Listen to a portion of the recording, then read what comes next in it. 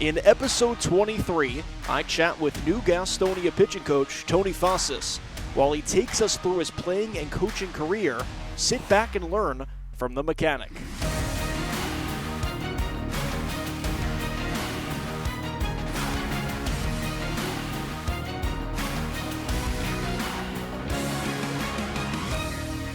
Our guest today is from Havana, Cuba, drafted by the Texas Rangers in 1979, pitched in Major League Baseball for 12 years, is the new pitching coach for the Gastonia Ghost Peppers. I know a guy, and his name is Tony Fossas. Tony, how's it going? Really well, and excited to be here. Excited to have you here. You just got back from Florida. How was that trip? Oh, phenomenal. Just Florida's phenomenal. Weather was perfect, and I got here, and it's 29 degrees. Do you usually go this time of year? Yeah, I'm retired now, so I go different times a year. My immediate church is really from there. My brothers are there, my cousins, my whole family's there, except my 2 kids and my grandson. So you're able to go to the beach, the pool, out in the nice weather. Man, you're talking my language, the ocean. Yeah, I absolutely love the ocean. Being born in Cuba and lived there 10 years, at the time anyway, they used to say the best beaches in the world. So, and we went a lot. Tony, you're used to Florida, you're used to Cuba, you're also somewhat used to Gastonia. You were in the Rangers minor leagues for 7 years, and you played here in Gastonia. So how special is it for you to come back here almost 40 years later? Well, I am not completely sure if it was Gastonia Rangers, but it used to be the Asheville Tourists. That was the team that I played for. That was a Texas Rangers minor league team. And then Gastonia did have a club, and I believe it was the Pittsburgh Pirates, because there were some really big stars that came through here, like Andy Benslike, I believe, came through here. What enticed you to take this job with Gastonia? Well, I love baseball. And when you love baseball and that's really everything that you did, I don't even know being honest, how seriously I took college. I remember my counselor told me that I better concentrate being an educator or a teacher, because playing baseball in South Florida and in Tampa, I guess, it was very difficult. And also go to school. Because in those years, there was no control schedule. So now you have 52 games scheduled in college. I remember playing 112 games my sophomore year in college. And then there was no control either in the fall. In the fall, we had a 32-game schedule with 2 teams. So it was baseball really all year round. So I completely loved it. You pay attention to any of the records that have been broken with this team, this organization, over the past few years in terms of being enticed to Gastonia specifically? No, because what really brought me here was I had cancer. I was a pitching coordinator with the Cincinnati Reds. And, and I had cancer. I had cancer in 2019, and then the team had to put me on disability.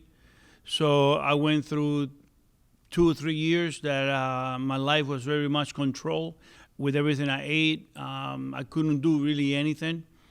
And thank God I'm here and I'm doing well. And then a friend, one of my pitchers 2 years ago, Sal Romano, was here. And he happened to call me and he told me that he was here, but he never knew that I lived in Clover. So I went, I can't believe Sal is here. So I came to visit. And then it happened that when I was with the Red Sox, Goose, the manager, was pitching for Toronto. So there was a dialogue all the way around. And then coming to the games, to watching Sal pitch, it just brought that hunger to come back to the game. But I did promise my family that once I retired, I was going to retire. But thank God that Gastonia is only 20 minutes away from Clover. Tony, I'm sorry you had to go through all that, obviously. How has that recovery process been like for you? It's been great. I mean, no issues. Right now, no issues. I'm supposed to watch what I eat, but I really don't. I got to do a better job with that since you brought it up. In case my wife hears it, it's a good idea that I eat better. to protect myself from that, from my blood work and all that. Yeah, but I'm good. I'm really good. You mentioned Sal Romano, you mentioned Goose Gazzo as well. My understanding is that you've been in contact with Goose for the past few years. Of course, you're both former big league pitchers. How big a part did that rapport that you have with Goose play in you landing this role? I think it's huge. I mean, when we first met and I told him anything that I can do to help, and he told me I'll definitely keep that in mind. And then 2 years later, here I am coaching. So everything, I mean, I understand the politics of the game, and everything has to kind of fit in. But once it did fit in, I have a very good relationship with Brady. Brady gave me a call and to have lunch, and he popped that question if I was interested, and caught me by surprise, but I'm very happy that he did. You were in Major League Baseball for 12 years. You played for 7 teams: the Rangers, Brewers, Red Sox, Cardinals, Mariners, Cubs, and Yankees. You made 567 appearances. In 166 of those appearances, you only faced one batter. You were what they called a loogie, a left-handed one-out guy. First of all, what do you think of that name? I never heard of that name. All I know is that Bob Uecker used to call me the mechanic. So that's the kind of the name that I followed. So that's how you got that nickname. I was going to ask about that. The mechanic. Yeah, the that's mechanic. Bob Bob Uecker. Uecker, when I first got called up to Milwaukee, pure accident. Pure accident. I come into the game, ground ball, double play. Ground ball, double play. I was having a lot of success after my first couple of games. And Bob Uecker just said one day, and the mechanic coming in to do a quick Jiffy Lube job. And that kind of stuck with me through my whole career. And then at ESPN, they used to call me the prehistoric Fossas because I was definitely the oldest guy playing. So the great Bob Uecker gave you the nickname the mechanic. Yes. It's pretty cool. In terms of the nickname loogie, which was just any left-handed one-out guy, how did you become a weapon where you specialize in retiring one batter to get out of a jam? Well, to be completely honest with you, I don't follow Major League Baseball 100% right now, so I can tell you about some names, but not all the names. But how would you like to be a pitcher coming in with bases loaded,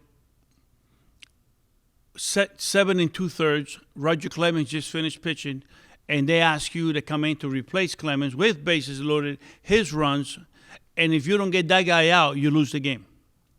So there's been a lot of wisecracks and a lot of fun sometimes made on this, but no one really knows how difficult the job is, how difficult it is when you fail and you have to come back and make a pitch. How many times you come in and you give up a hit to lose the game, and the next day you come in to do the same thing again.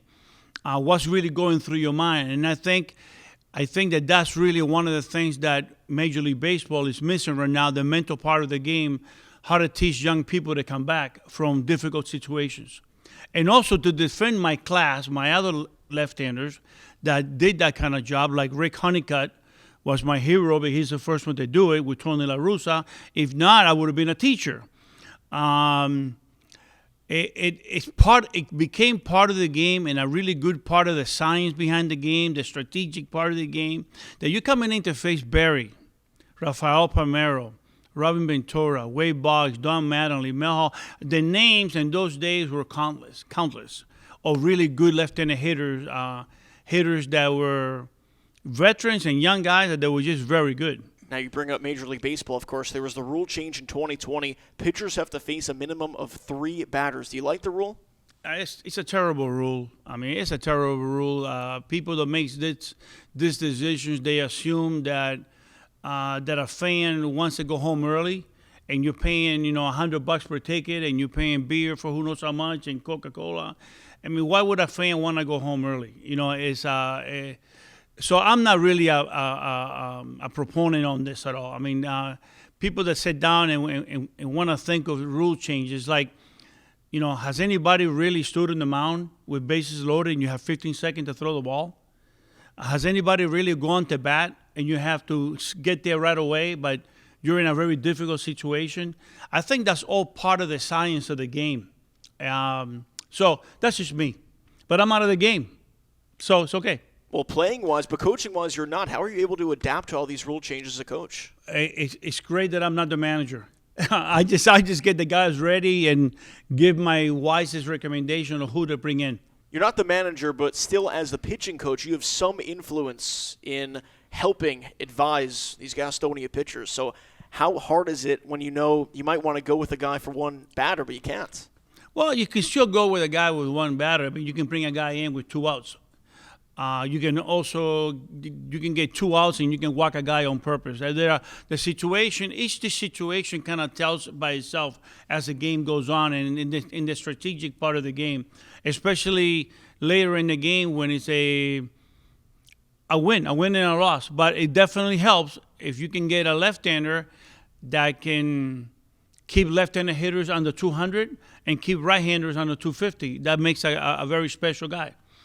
Tony, you were the Bo Sox Club Man of the Year in 1991 with the Red Sox. That goes to a deserving team member, recognizing not only their contribution to the success of the team on the field, but also for their cooperation and efforts in community endeavors. How much did you pride yourself in how you carried yourself off the fields? Well, first of all, I still remember that day. It was a great day because maybe a lot of people don't know that when I came from Cuba, I grew up 2 miles from Fenway Park. And I was one of those kids that was completely had no money, immigrants, and I remember that me and my friend used to wait for the buses to come in, and we would hide with the kids and go and try to go into the bleachers for free, and then you move your way in there. But it was a very fun living in Boston and playing for Boston. It was something to be said. I mean, it was really something to be said. And then the other stuff, I've always felt obligated to helping people, because my uncle that came here from Cuba before Fidel Castro brought us here to this lovely country. And so I visited, we started programs where we were going to, the cancer hospital, we were seeing children's hospital. We started visiting really, and also a lot of baseball clinics for the young kids. So you're only giving up an hour of your time. So it's not like it was a really hard thing to do, but the player really needs to feel it inside of you. If not, people do realize that you're a fake. Tony Pena won the award, the Bo Sox Club Man of the Year award, a year before you. Do you know who won the year after you? Do you remember? Mobon. Roger Clemens. Roger Clemens. Okay. I'm flattered then. There you go. So Clemens won a year after you. So you won first. Man. You'll always have that over Roger Clemens. You won the award first. What a great man. 95 and 96 were big years for you when you were with the St. Louis Cardinals. In 1995, you went 3-0, a 1.47 ERA, 1.04 WHIP in 58 appearances. What do you remember about that season? What I remember the most is, please don't pitch me in the last day, because I don't want to give up a 5 spot in the last day having such a wonderful year. But I ended up pitching, and everything went well. But in all seriousness, what I remember about that year is really learning the art of a bullpen pitcher. I think the bullpen pitchers sometimes give themselves credit for that ERA and for just having the record or the saves. But I learned that the pitchers that came after you, when you left the bases loaded and got somebody out, when you left first and second and then didn't give up a hit, they got a ground ball double play, they deserve so much credit, because at the end of the day, those are the stats that are never mentioned, but those are the stats that you need that good pitcher behind you, like a good right-handed pitcher behind you that can get the job done, so your numbers look like that. But obviously, it was a great year for me, and I pitched in a different situation that year just because the manager thought, man, Fossas is very lucky right now, so let me use him. So everything turned out good, but I give a lot of credit to the pitchers that come behind you. So do you think there should be some sort of inherited ERA stat at the forefront? Yeah, I think there is one already with that, but this is what you don't hear. So-and-so is coming in, and he's got 40 saves. He's got 25 saves. He's got 25 out of 27. But you never hear a left-handed pitcher come in and a right-hander come in, and they repeat the success that they have. They say, oh, well, he's struggling. He's got a 4.5 ERA, but maybe he had a 2.5 ERA, and the night before, bases loaded, somebody give up a double, and 3 runs came in, and your ERA goes to 4 because you don't have enough innings. So I'm going to tell you a little story. In 95 in Boston, no, 94 in Boston, at the All-Star break, I had the same type of year. It was unbelievable. I had almost under 1 ERA. And I went to Maine, had a nice 3 days off, and all of a sudden we come back, we go to Kaminsky Park, first game, we getting killed, and the manager goes, Tony, do you want an inning? I'm never going to say no. Please don't ask me because I'm never going to say no. Well, I didn't get anybody out, gave up 5 runs. Well, the next day I have a 5 ERA.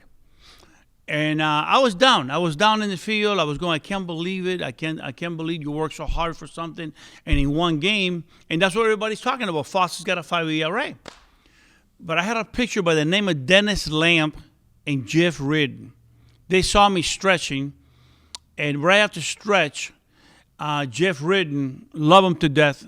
He was our closer, grabbed me by my jacket and kind of pulled me up. And Dennis Lamp started yelling at me, just telling me that stop worrying about that and make sure that you're ready to get somebody out today and help the team win today.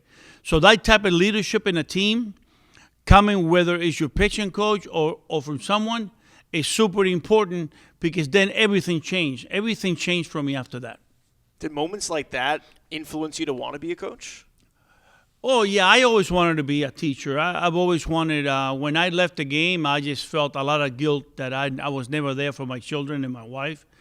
I think I was away from home for 22 years, and my son was a freshman in high school, and my daughter was a sophomore. So when I retired, it was really solely for that reason. But then when the opportunity came to coach, I had the blessings of everybody because they was married or going to college, and I was able to leave. We talked about 95, 96, another great year for you. You made 5 appearances in the NLCS against the Braves, allowed 1 run over 4 innings, a whip of .9. What was that experience like pitching in the championship series? That was just making the playoffs, the run to the playoffs, and then beating San Diego 3-0, and then being up on Atlanta 3-1. All those experiences that you go through and pitching in Atlanta. I remember coming in and I believe it was like the 6th inning. It was 2nd and 3rd. We were winning by 1 run, and I had to face McGriff and Klesko. I mean, your high is so unbelievable, and you're nervous. You're taking your warm-up pitches, your legs, and try to gather everything that you have in you to stay focused and just to go out and get your job done. Tony, we have a segment on this podcast called Cool Connections, whether it's a household name or someone who's helped you through your journey. You have a really cool connection in George Steinbrenner. Steinbrenner was a benefactor for you. He was willing to pay the full 4 years for you to attend the University of South Florida, plus $16,000. How did that even happen? Well, I'm glad that you brought that up, because my children have been telling me since 1999 that I should say something. And today in your podcast, I'm going to bring that up. Something else, but I'm going to tell you the story from the beginning. I was a non-drafted signee going to be for the Red Sox, and in 1975, and I was ready to sign. I was going to sign the next day, and this is a story, but it happened to me, so I'm going to tell you. I didn't know what to do. I was lost. I was like, I don't know what to do. And I closed the bathroom doors. It was like 10 o'clock. And I kneeled down in the toilet, put the toilet seat down, and I kneeled down, and I said, God, if you're really there, I really would love an opportunity to play professional ball. But if nothing happens between now and 11 o'clock, I'm going to sign because that's what I wanted to do. My mom wanted me to go to college, and my father left it up to me. So I just got up, and around 10:30, I got a call, and I picked it up, and someone says, my name is Jack Butterfield. I want to offer you a scholarship to the University of South Florida. And I hanged up on the guy because I thought it was my best friend joking with me. And that's why I hanged up. So the guy called me again, goes, hey, don't hang up. If I'm going to be your next coach, you better not hang up. And then I went, well, I said, sir, I'm so tickled that you want to do this. And I don't even know how you heard of me, but all I can say is that my father makes $3 an hour, and my mom works two jobs, and we have no money. I don't have money to fly myself down. And he goes, everything's been taken care of because George Steinbrenner, you know who he is? I say, yes, sir. Well, he's paying for your whole college and your flight, and you don't have to worry about paying for anything. So I dropped dead. I mean, I dropped dead. I couldn't believe it, and I just told my parents. I called a scout. I turned that down to Boston, which was a daydream job for me. And so I ended up going to college, and I was drafted after my third year. And I didn't sign because I wanted to graduate. It was my present from my dad and my mom. And then I got drafted, and I started my career. The story's a lot longer, but I'm trying to keep it short.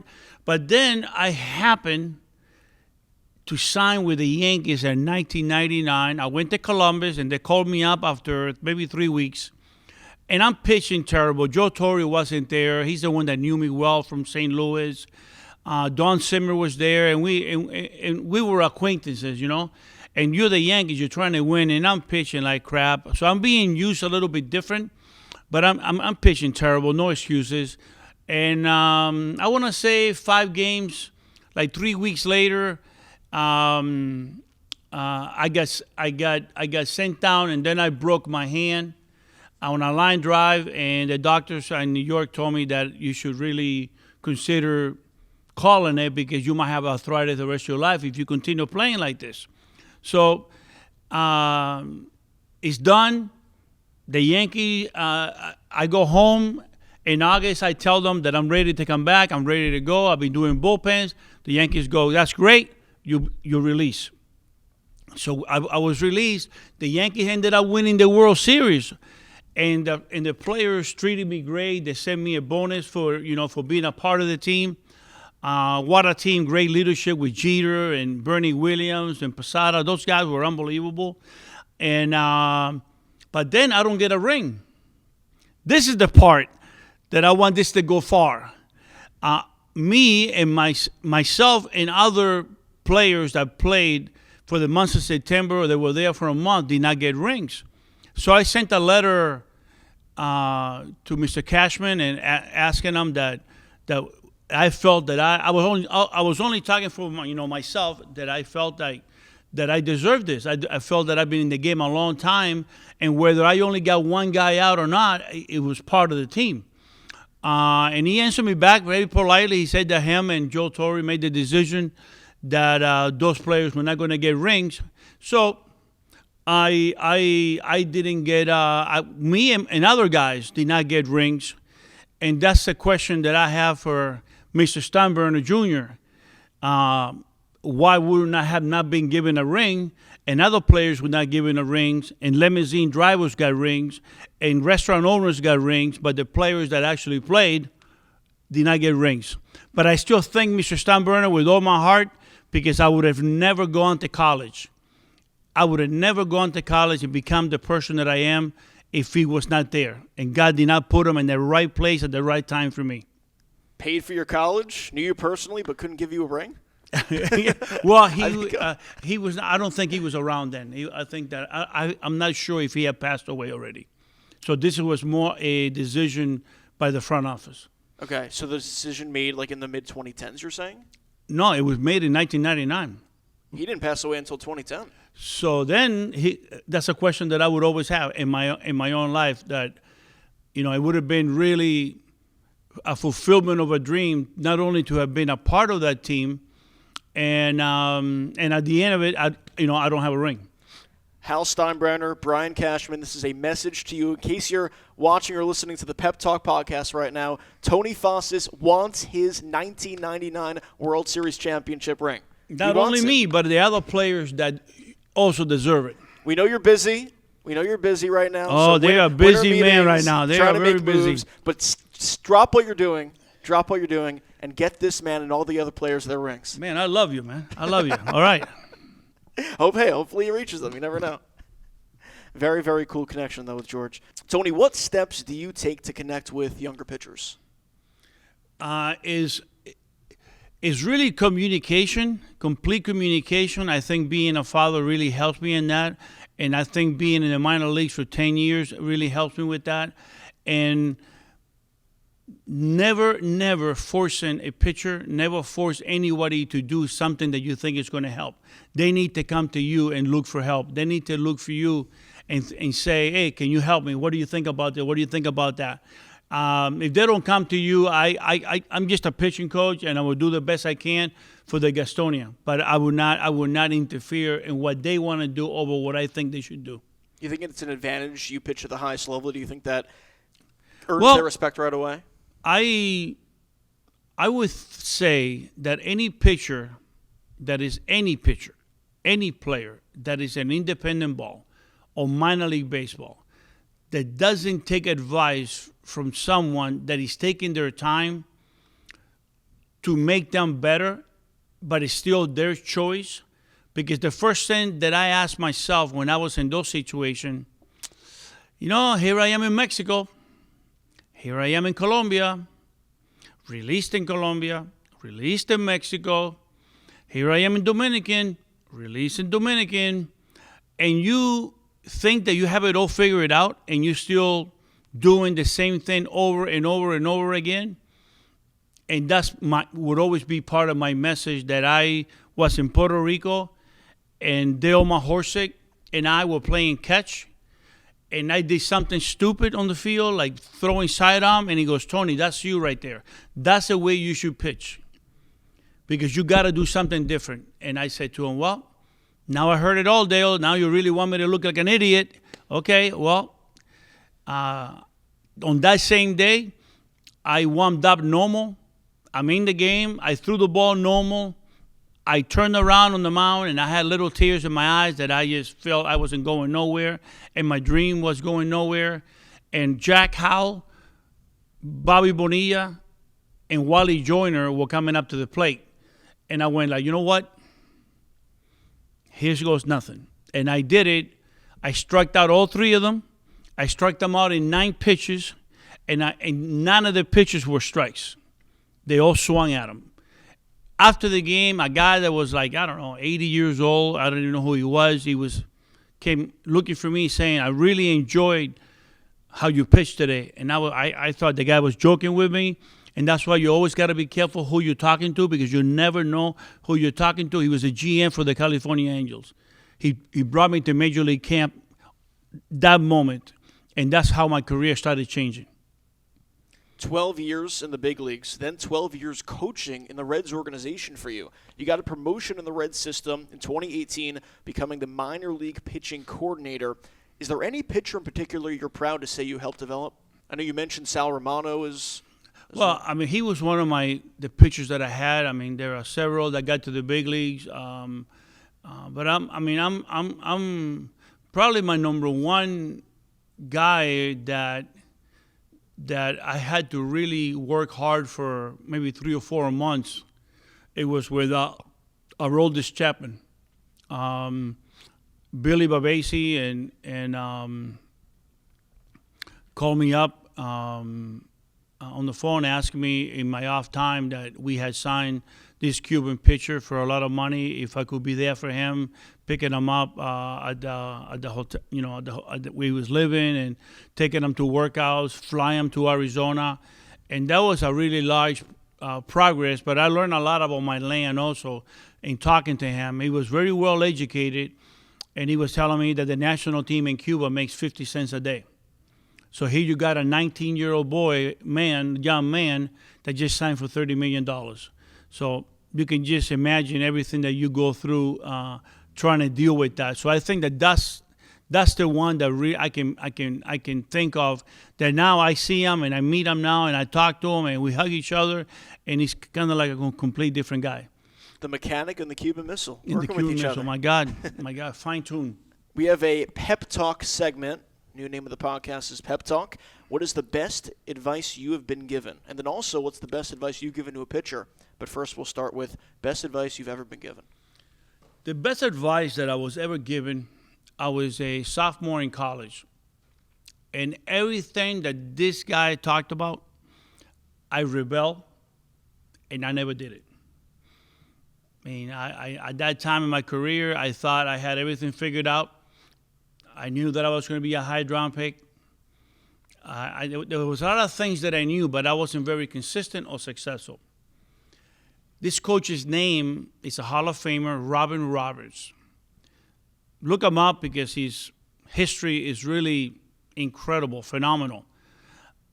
6 straight years of winning 20 games. But the advice was, and this is the reason why I didn't listen to it. Tony, your control is so awful. You're walking 6 guys a game, but then you tell me that you throw strikes. When I was young like you, I threw the ball down the middle. But since my control was so awful, I could not hit the middle. I had a better chance to throw it down the middle and be in a strike somewhere in the plate and being a header hitter to give me success. So I would go back to my room and my college catcher, we were roommates, and I would tell him, this guy hates me. He wants me to do this so I can get racked, da-da-la, da-da-la, da-da-la. And I never did it. All 4 years, I never did it. I loved the guy. He loved me, but I just never took his advice. I signed professional, and again, a failure. 1979 signed, 1986, and I'm still in the same boat, playing AAA baseball, going nowhere, just being told that you're a good guy and you work hard and you're on the team to help other people that are younger. Then the pitching coach took me aside and said, you know that you have everything that you need to be a major league pitcher. You throw strikes, you do this, you do that. But you don't throw early strikes. You throw late strikes, and that's why you're not having a good year. This is what I want to tell you that a great man told me once. Throw the ball down the middle, and he told me exactly word for word what Robin Roberts told me. I just started crying. I started crying, and I don't cry. I just don't cry. My emotions are pretty tight, but I started crying. I felt like now I'm 27 at that time, and I felt like I respected a Hall of Famer in Robin Roberts. I called Robin Roberts, and I had tears in my eyes, and I told him the story. And I did not mention Ferguson Jenkins. I told him the story that I told him, I'm sorry that I never respected you. I'm sorry that I never did what you told me to do. I didn't have the confidence to throw strikes. And he goes, have you been talking to Ferguson Jenkins? I just paused and I said, I have no idea how you know that. But yeah. He goes, why do you think I got traded to the Cubs? And why do you think that I was his roommate with the Cubs? It was to bring that young man to understand, to trust himself. To be successful, you got to throw strikes. After you throw strikes, you got to command the strike zone. And then you have a chance to get to the big leagues and be successful. Have you relayed that to other pitchers? I have related that through my 12 years with the Reds. I knew they were going to think that I was crazy. I mean, they all didn't do it. But I think that a lot of the guys did. And a lot of the guys some guys were not even prospects and they were having a lot of success. And there was a particular guy that was in Double-A and he was perfect, had under a 1 ERA. He was walking less than 1 guy per 9 just by idea to attack the zone. And I think nowadays we are being taught to throw the ball as hard as you can. So when you throw the balls as hard as you can, you need to have the mentality of a pitcher to be able to understand this. When a pitcher is 1-0, 2-0, 3-0, 3-1, what does he do? Back off. So now what good does it do to throw as hard as you can, get the 2-1, 2-0, and then throw the ball right down the plate because you're trying to throw a strike? So those are the counts that hitters say they love. Well, if we look at numbers and you look at and see what hitters hit at 2-0, and 2-1 and 3-1 and 3-0, we would know why. Tony, holidays coming up. You celebrate Hanukkah, correct? Yes, I celebrate Hanukkah. It's a great holiday where I learn through the Bible. I learned how the Maccabees liberated Israel. You know, my kids love it now. Hanukkah, my grandson loves it. Why? Because they get 8 gifts. So I don't think they care which one it is, as long as they get a lot of gifts. Anything in particular you want for Hanukkah this year? For Hanukkah this year, to have a very successful season here in Gastonia, to be able to be not only a mentor on the pitching mound, but for young people to be good fathers, good sons, good husbands. And that would be a tremendous accomplishment, that if we can gather all that and win some games. Christmas coming up as well. Actually, Hanukkah starting on December 25th this year, so starting on the same day. What's the closest thing to a miracle you have seen on a baseball field? Well, I can tell you from a baseball perspective that I'm going to tell you 2. My baseball one is I went from a high-profile draft person to having so much success early on, to being in the front cover of the Texas Rangers with Buddy Bell and Ferguson Jenkins, to a person that got released, I don't know, 8, 9 different times by different teams, having to beg for jobs. And in 1988, I don't have a job. And never been to the big leagues, only AAA, maybe 3, 4 years. And the pastor at the congregation that I was going to said to me, hey, how's baseball? I said, well, I think it's over. My agent called me and told me that nobody wants me. So I took it like really hard, but it was more like, what am I going to do? So they had a study, and I went to this study, and I was listening, and he goes to me, it looks like you're giving up. And I went, yeah, I've given up. I guess you're wondering, that's why I'm here. Yeah, I'm here because I've given up. And he goes, well, this is great. I kind of looked at him. I mean, I'm 30 years old, and I looked at him, and I went, you're saying this is great? Yeah, this is great. Because you're here because you believe in God, right? You believe in God. Yeah, I do. Well, you've been doing things your own way all your life. You never let God do things his way. You never ask him to take you in a direction to walk in his footsteps. So this is what I want you to do. If you want, I want you to go to Israel. I have no money, but he wants me to go to Israel. And I want you to go to the Jordan and pick up 12 rocks. I want you to go to Jerusalem and pick 12 rocks. Well, obviously, he was telling me the story of Joshua, when God told him to pick up the rocks before they cross and then do the offering. And I did it, man. I was desperate. I got money from my in-laws and from my parents. I did it. I went over there. You have no idea what I had to go through in Israel to be able to bring those rocks here. As soon as I got here, I got a call from my attorney. The Rangers, Milwaukee, and California want to sign you. And I went like, wow. I was like, wow. I mean, this is driving from the airport. And I talked to my agent, and he didn't believe in this kind of stuff, of miracles like this. And I went like, well, what do you think? Oh, you got to sign with California. They only have Chuck Finley. They don't have another left-hander. This is the place for you to go. So I told him yes. I called the pastor, and I told him the story, and he goes, I can see that you haven't learned anything. So you go to Israel, you become obedient. You pick up the rocks, and you become obedient. You bring the rocks, and you become obedient. You get here and you get a job and you don't call nobody. You don't pray. You don't ask God nothing. You just go to whatever you think is best. Again, I mean, the guilt that I felt, it was so difficult, that guilt feeling that I had. So he goes, I'll tell your mom to make me some rice and beans, that I want to come over and talk to you guys. He got there, and he told, this is what I'm going to do. This is what I believe. You don't have to do it.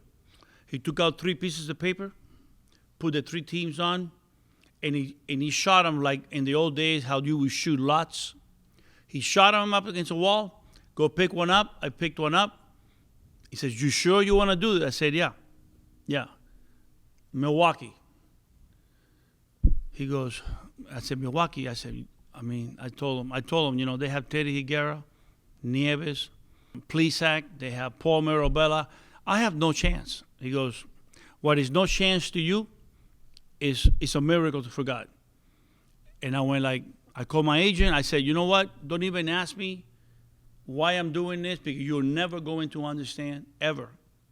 And all you're going to do is critique me and then talk about it at lunch with people, have a beer with people, and talk about this story. So I'm going to go to Milwaukee. I go to Milwaukee. It's a long miracle, isn't it?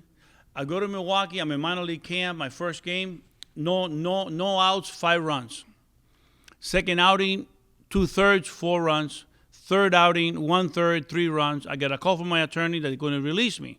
And I wanted to tell him so much, but I didn't. I kept myself cool. And he goes, the Milwaukee Brewers would like you to stay for one more day before they break camp in case there's an emergency.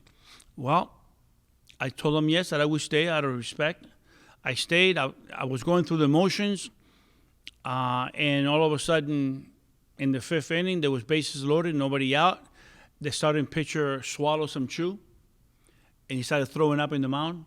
They had to take him out of the game. They came out, so they asked me to go in. I struck out the 3 guys. I'm outside with my luggage and my baseball bag, waiting for the cab, and the farm director's running to stop me that they're going to take 13 pitchers. In the month of April, I've only pitched 1 inning. I thought they were going to release me again. They said they were, but they didn't. They released the other guy, and then I went 24 out of 30 games pitched in the month of May, and the Milwaukee Brewers called me up. And the story kind of after that is, we all know it. And the other miracle that I really think is the miracle, when I was trying to make the Boston Red Sox team, a few days left, my wife calls me, and she's got cancer. And it broke me. It broke me, completely broke me. I got the car from Winter Haven, and I went all the way to Fort Lauderdale, talked to Bush Hobson, which was the manager. When we went to see the surgeon that same night, the surgeon opened the doors, which was a miracle. This is the top-of-the-line surgeon in Fort Lauderdale. And he told me, but he was a big Yankee fan, and he knew me from facing Don Mattingly. So that's the only reason why he did that. And the story goes that he told me, yeah, this is it. This is the MRI. This is the thing. This is that. We have to have immediate surgery. And then people came over to the house. I started praying over my wife. I started doing things that I have not seen before.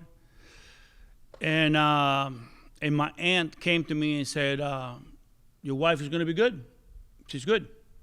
And I just kind of blew it off like that. And she had the surgery, and they took out 2 pounds of fat and tissue from the fourth vertebrae in her back. There went 2 pounds underneath of fat, the content that they took out, and the doctor just came out like white. He was white. He said, your cancer disappeared. So that's the shorter story, but that's kind of like my biggest miracle.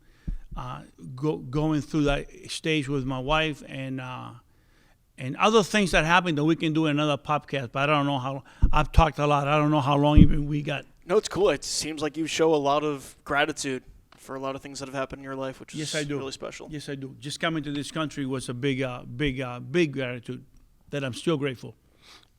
What's the goal for you this offseason to prepare for 2025 season with Gastonia? Well, my first goal is to stay healthy. I'm walking, and I'm doing a little running, but walking, and I'm doing I'm working out with my legs, my upper body, my arms, my shoulders, 5 times a week. And my goal is to be in the best shape possible. Have my mind as clear as possible for any individual that would like to learn and would like to learn from others and try different things. I'm only thinking, I never coach at this level, but I'm only thinking that when you're here and you're 30 years old, that you must be going through some desperate situation in your own life. And I'm kind of the guy here that can put my arm around you and tell you, man, I love you, and I know what you're going through. And the rest of it is only up to the players. The art, Robin Roberts used to say, the art of pitching is not really that hard, but when we only look at results, the results are always negative. So 1 out of 3 hits is 333. It's negative. You know, and if you go 1 for 4, it's 250. That's still negative nowadays. So he's, Robin Roberts always infiltrated in our minds that your body under control, land straight to the plate, have some deception in your delivery, and throw the ball with as much confidence that you can have. And think about that if you say that you can throw strikes, you should be able to go down, up, left, and right. And if you can do that, and if you know how to pitch consistently, low and away, that is a money pitch in 1920, and it's a money pitch in 2024. No matter what computer you're using. Tony, I have no doubt you're going to be a great fit here. Brady's excited, Goose is excited, Chuck's excited. Everyone I've talked to is pumped that you're here. I'm definitely glad you're here, and I hope you enjoyed this podcast. Before you go, though, hold up your hands, either one. Either one, I want you to show your ring finger. Hal, you see this? Let's get a ring on this finger. We've seen Josh Allen get a ring. We've seen Selena Gomez get a ring recently. Let's get it on Tony Fossas, the other pitchers. Thank you. 1999, you certainly deserve it. Thank you very much. Hopefully that happens. But thanks so much for coming on the podcast. I'm looking forward to having you around Caramon. Yeah, man, anytime, man. I love doing stuff like this. So anytime you're desperate to get somebody, you can rely on me. Appreciate it, Tony. Take care, man.